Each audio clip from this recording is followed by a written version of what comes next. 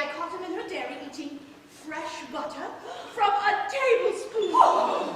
Today he is not well. But Patience boasts that she has never loved, and the love is to her a sealed book. Oh, he cannot be serious. 'Tis but a passing fancy. 'Twill quickly wear away. Ah, Reginald, if you knew what wealth of golden love was stored up in this rugged old bosom of mine, the milkmaid's triumph would be short indeed.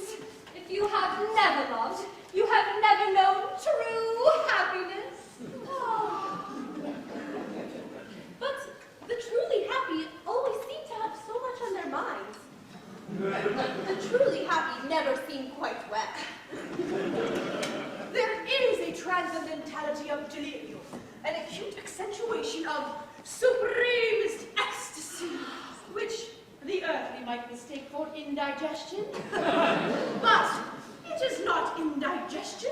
It is aesthetic transfiguration. Enough babble. Come. But stay! I have some news for you. The 35th Dragoon Guards have halted in the village and even now are on the way to this very spot. The 35th Dragon Guards! Oh, they are fleshly men of full habit. We care nothing for dragoon guards. But, bless me, you were all engaged to them a year ago. A year ago. My poor child, you don't understand these things. A year ago, they were all very well in our eyes. But since then, our tastes have been a very revised, our perceptions exalted. Come, it is time to lift up our voices in mourning carol to our Reginald.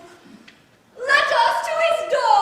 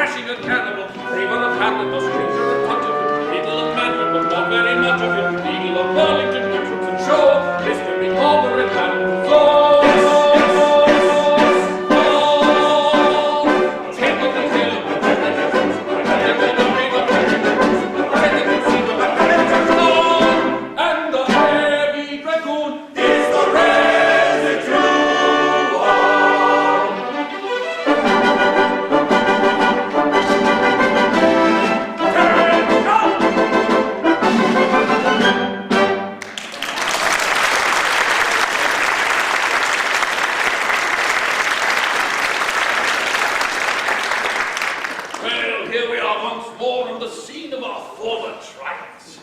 But where's the Duke? Here I am. Come, cheer up, don't give way. Well, as for that, I'm as cheerful as a poor devil can be expected to be, who has the misfortune to be a duke with 1,000 a day. No, most men would envy you. Envy me. Tell me, Major, are you fond of toffee? Very. We are all fond of toffee. We are. Yes, and toffee in moderation is a capital thing. But to live on toffee, toffee for breakfast, toffee for dinner, toffee for tea, and to have it supposed that you care for nothing but toffee, and that you would consider it an insult if anything but toffee was offered to you. How would you like that? I can quite believe that under those circumstances, even toffee would become monotonous. For toffee, read flattery, adulation, and abject deference, carried to such a pitch that I began at last to think that man was born, bent at an angle of 45 degrees. Great heavens, what is there to adulate in me? Am I particularly intelligent? Remarkably studious? Exceptionally witty? Unusually accomplished? Or exceedingly virtuous? You're about as commonplace a young man as ever I saw. You are. Exactly. That's it, exactly. It describes me to a T.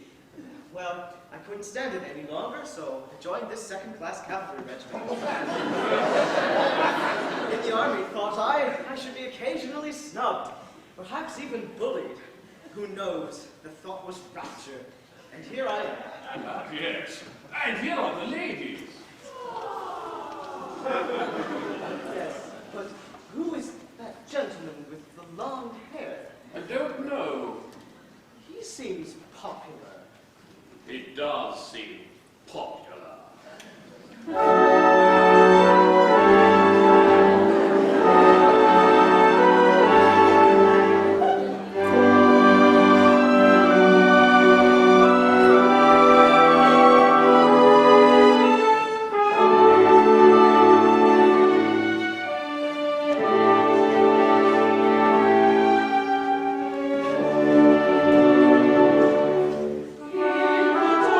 Gilbert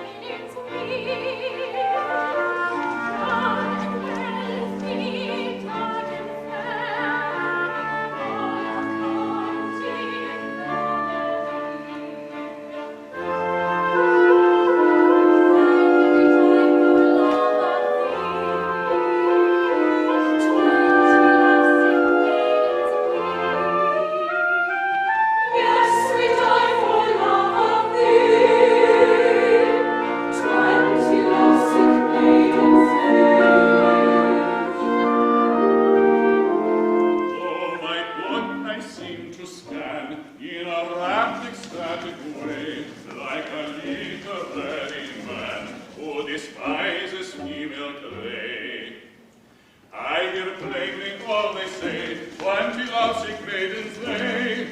He is claiming all they say, 20 lovesick maidens they.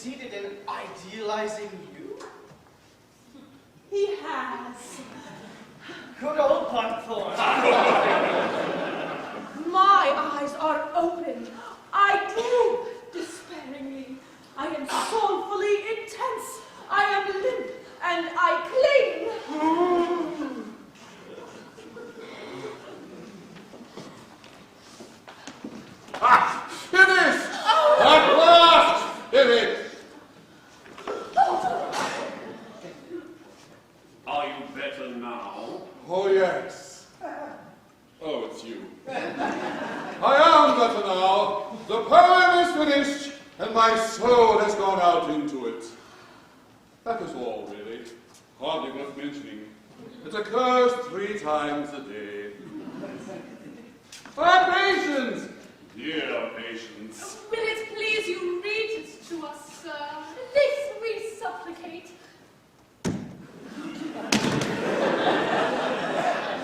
Shall I? No!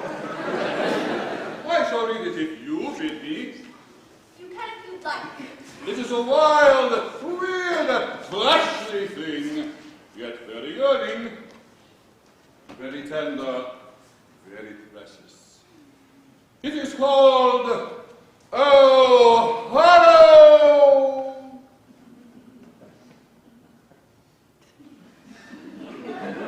Hollow!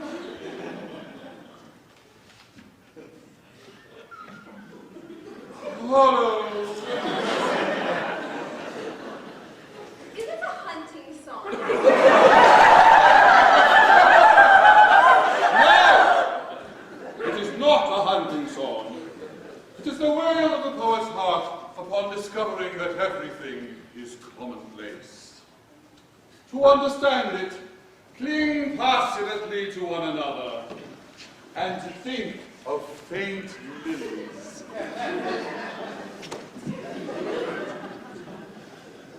Oh, hollow! Hollow! Hollow! What time the poet hath hymned, the writhing maid lithe-limbed, quivering on amaranthine asphodel? How can he hymn the woes, knowing, as well he knows, that all can be set right with calomel? Rising from the poet's glint, the amorous colocynth yearns for the arrow, faint with rapturous thrills. How can he paint their throes, knowing, as well he knows, that they are only uncompounded pills? Is it, and can it be, nature hath this decree, nothing poetic in this world shall dwell? Or that in all her works something poetic lurks, even in colocynth and calomel? I cannot tell.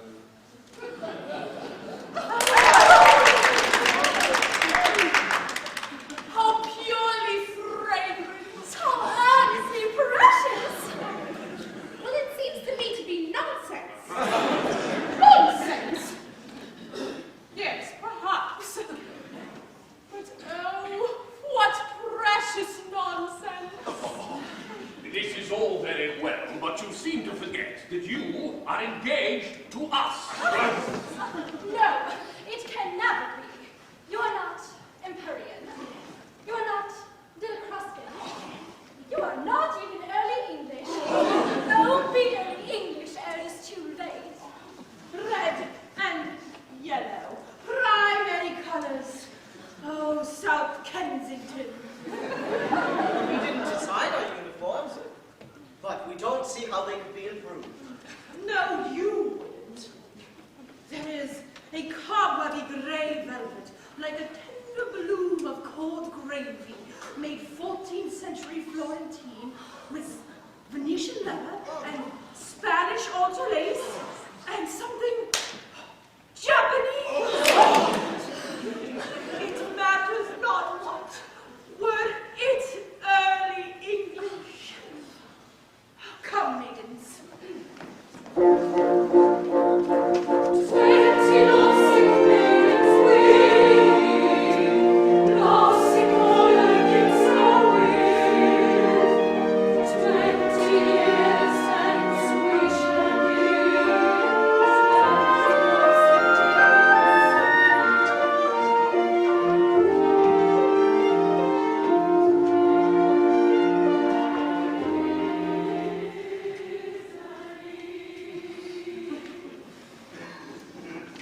Gentlemen, this is an insult to the British uniform. A uniform that has been as successful in the courts of Venus as on the field of Mars.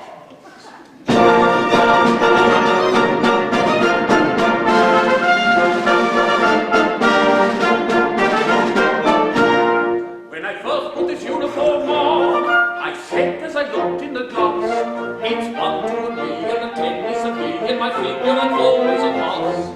Gold lace is a charm of affair, and I've plenty of that to spare, while a love of profession went up in Hessian and eloquent everywhere. A fact that I counted upon when I first put this uniform on. I sing all the business you could ever counted upon.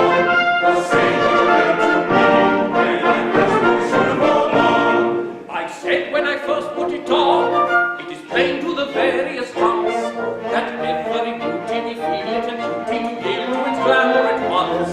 They will see that I'm free though laced, in a uniform handsome and chaste, but the peripatetic of Lord aesthetics sing very much more than their taste, which I never counted upon when I first put this uniform on. I sing all the business you could ever counted upon. I think there is great mass when I first put this uniform on.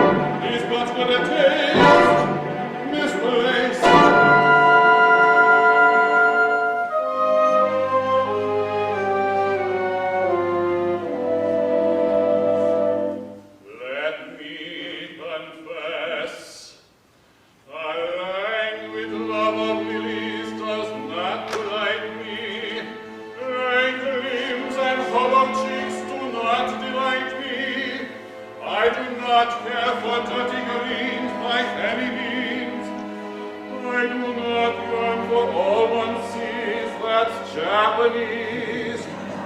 I am not fond of uttering platitudes in stained glass attitudes. In short, my medievalism's affectation, born of a morbid love, of admiration.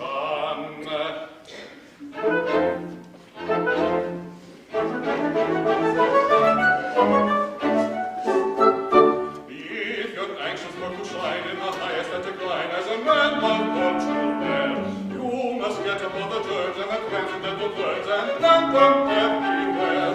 You must lie upon the daisies and discourse in noble phrases of your complicated states of mind. For meaningless imaginable only like the chapter of a transcendental mind. And everyone will say, as you walk your mystic way, if everyone expresses himself in terms so deep for me, I want to make a deep young man, the deep young man must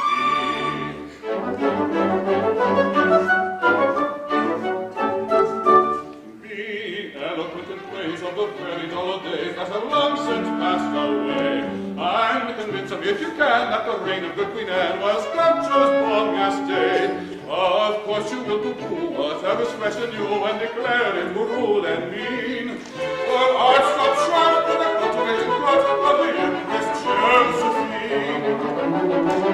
And everyone will say, as you walk your mystic way, if you walk on with a vegetable love, it will certainly not lose me. I want to and cultivated kind of youth, this kind of youth must be.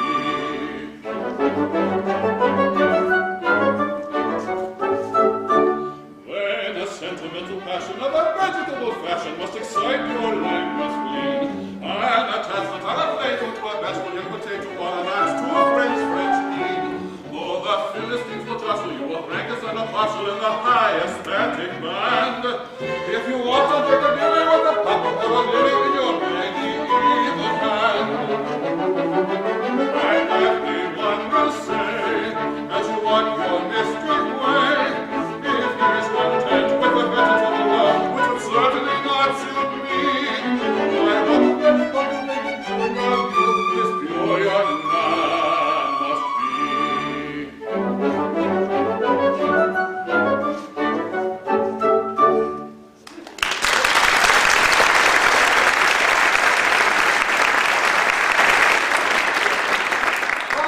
Patience, come hither.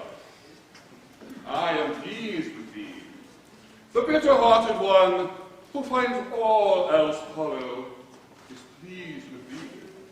For you are not hollow, are you? No thanks, I have dined. But I beg your pardon, I interrupt you. Life is filled with interruptions.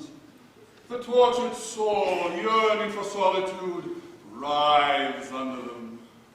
Oh, but my heart is a-weary. Oh, I am a cursed thing. Don't go. Really, I'm very sorry. Tell me, girl, do you ever yearn? I earn my living. No. Do you know what it is to be heart-hungry? Do you know what it is to search for the indefinable and come daily face to face with the multiplication tables? Do you know what it is to seek oceans and to find puddles? That's my case. Oh, I am a cursed thing. Don't go. If you please, I don't understand you. You frighten me. Don't be frightened. It's only poetry. Well, if that's poetry, then I don't like poetry. Don't you? Can I trust her? Patience, you don't like poetry. Well, between you and me, I don't like poetry. It's hollow, unsatisfactory, unsubstantial. What's the use of yearning for Elysian fields when you know you can't get them, and you'd only let them out on building leases if you had them? Patience, I have long tell you a secret. I am not so bilious as I look. If you like, I shall cut my hair. There is more innocent fun within me than the average observer could imagine. You have never seen me frolicsome. Be a good girl, a very good girl, and one day you shall. If you're fond of touching your jocularity, this is the shop for it. Sir, I will speak plainly. In the matter of love, I am untaught. I have never loved but my great aunt, and I am quite certain that under any circumstances I couldn't possibly love you. Oh, you think not? I'm quite sure of it. Quite sure. Quite. Very good. Life is henceforth a blank. I don't care what happens to me. I only ask that you not abuse my confidence. Though you despise me, I am extremely popular with the other young ladies. I only ask that you leave me and never renew the subject. Certainly. Broken-hearted and desolate, I go. Oh, to be wafted away from this black asalam of sorrow, where the dust of an earthy today is the earth of a dusty tomorrow. It's a little thing of my own. I call it heart film. I shall not publish it. Farewell, Patience! Patience, farewell! What on earth does this all mean? Why does he love me? Why does he expect me to love him? He's not a relation. It frightens me. Why, Patience, what is the matter? Lady Angela, tell me two things. Firstly, what on earth is this love that drives everyone crazy?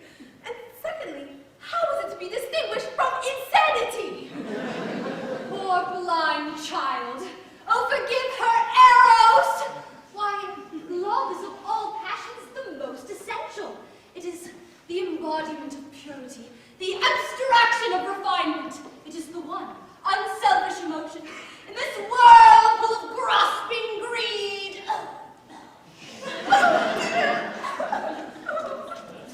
Why are you crying? To think that I have lived all of these years without having experienced this ennobling and unselfish emotion. Why, what a wicked girl I must be! For it is unselfish, isn't it? Absolutely. Love that is tainted with selfishness is no love. Oh, try to love. It really isn't difficult if you give your whole mind to it. I'll set about it at once. I won't go to bed until I'm head over ears in love with somebody. Noble girl. But is it possible that you have never loved anybody? Yes, one. Ah, whom? My great aunt. Great aunts don't count. Then there's nobody. At least. No, nobody. Not since I was a baby, at least, but that doesn't count, I suppose. I don't know. Tell me about it.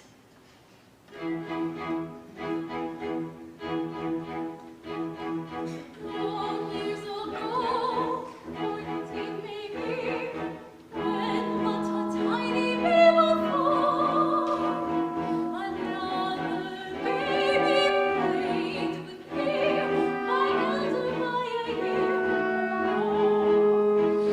A little child of beauty, rare with marvelous eyes and wondrous hair.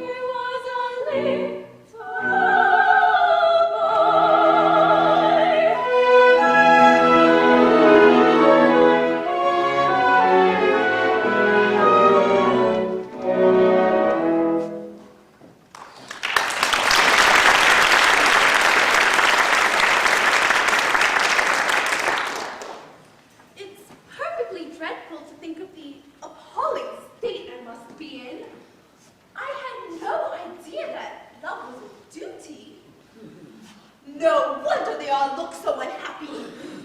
Upon my word, I hardly like to associate with myself. I don't think I'm respectable. I'll go at once and fall in love with a stranger.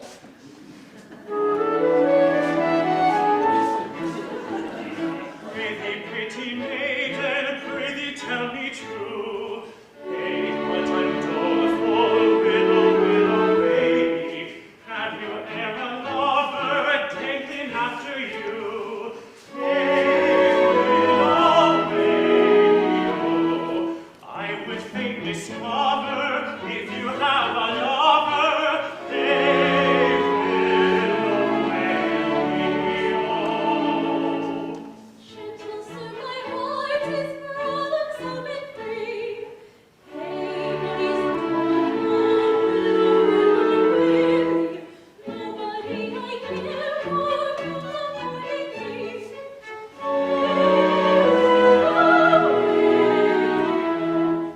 Nobody I care for comes a-courting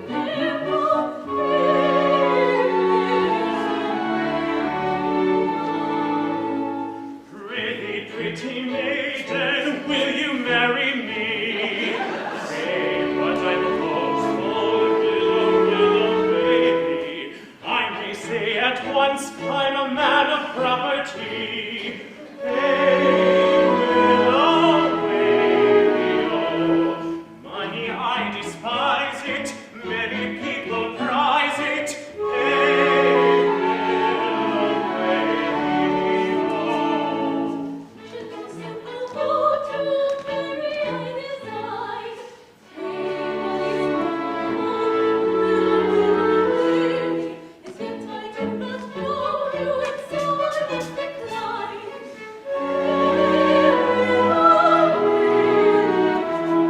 To offer maidens go you, as yet I do not know you.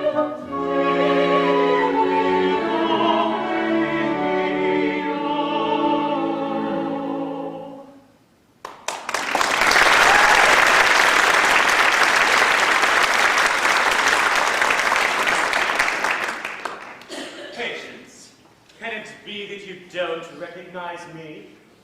Recognize you? No, indeed I don't. Have 15 years so greatly changed me? 15 years? What do you mean? Have you forgotten the friend of your youth? Your Archibald? Your little playfellow? Oh, Kronos, Kronos! This is too bad of you! Archibald? Is it possible? Well, let me look. It must be. Oh, how happy I am. I thought we should never meet again. And how you've grown. Yes, Patience, I am much taller and much stouter than I was. And how you've improved. Yes, Patience, I am very beautiful. But surely that doesn't make you unhappy. Yes, Patience, gifted as I am with the beauty which probably has not its rival on earth, I am nevertheless utterly and completely miserable. Oh, but why? My child love for you has never faded. Conceive then the horror of my situation when I tell you that it is my hideous destiny to be madly loved at first sight by every woman I come across. But then why do you make yourself so picturesque? Why not disguise yourself? Disfigure yourself? Anything to escape this persecution. No, Patience, that cannot be. These gifts, irksome as they are, were given to me for the enjoyment and delectation of my fellow creatures. I am a trustee for beauty. And it is my duty to see that the conditions of my trust are faithfully discharged. And you too are a poet. Yes, I am the apostle of simplicity. I am called Archibald the all right. For I am infallible. And is it possible that you condescend to love such a girl as I? Yes, Patience, is it not strange? I have loved you with a Florentine 14th century frenzy for a full 15 years. Oh, marvelous! I have hitherto been deaf to the voice of love, but I seem now to know what love is. It has been revealed to me. It is Archibald Grosvenor. Yes, Patience, it is. We will never, never part. We will live and die together. I swear it. We both swear it. But, oh horror! What's the matter? Why, you are perfection. A source of endless ecstasy to all who know you. I know that I am. Well, Then bless my heart, there can be nothing unselfish in loving you.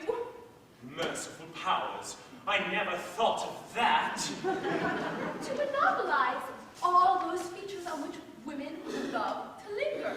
It would be unpardonable. Why, so it would.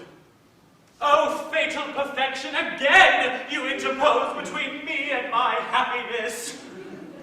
Oh, if you were but a thought less beautiful than you are. Would that I were. But candor compels me to admit that I'm not. Then our duty is clear. We must part. And forever. Misery. And yet I cannot question the propriety of your decision. Farewell, Patience. Farewell, Archibald. But Faith! Yes, Patience? Although I may not love you for your perfection, there is nothing to prevent your loving me, for I am plain, homely, and unattractive. Why, that's true. The love of such a man as you for such a girl as I must be unselfish. Unselfishness itself. Though to marry you would very selfish be. Hey, what I do for will You'll be all the same, continue loving me. Hey, we'll always go. All the world ignoring, I'll go on adoring.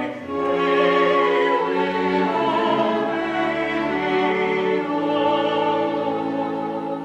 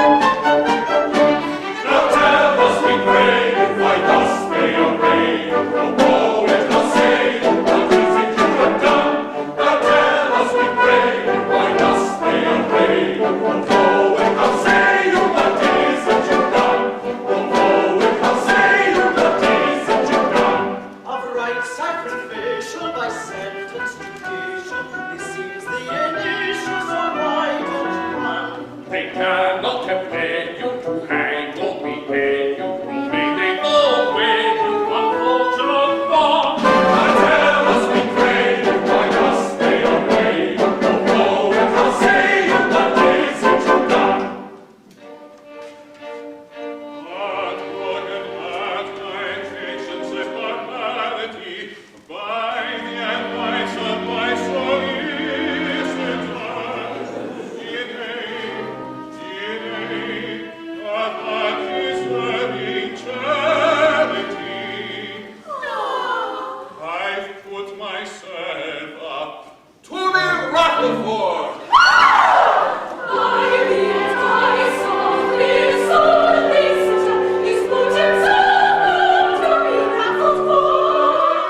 Oh, horror!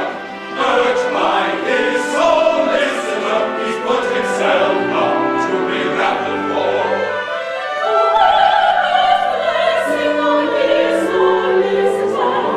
On his curse, on his solicitor.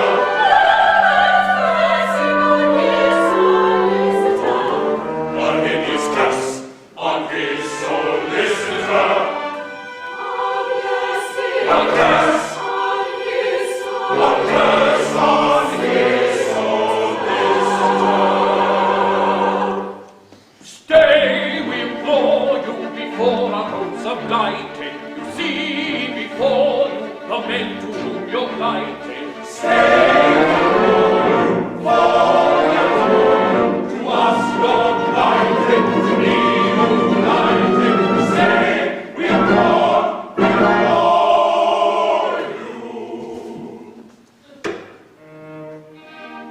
Your maiden hearts are do not steal to pity's eloquent appeal.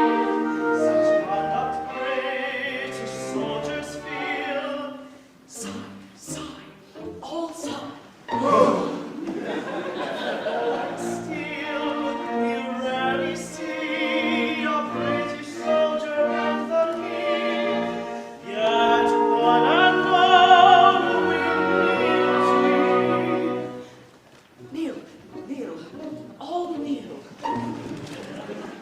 Our soldiers very seldom cry, and yet I need not tell you why. Until abuse each Martian eye. Weep, weep, all weep.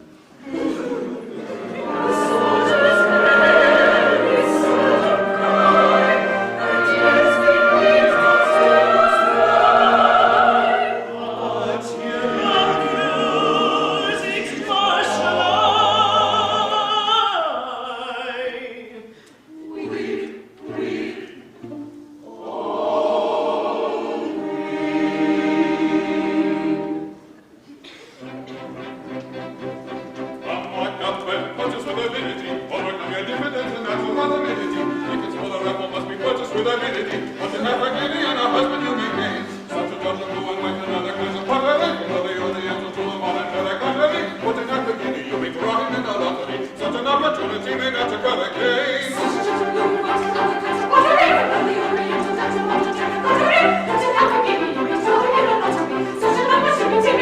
again.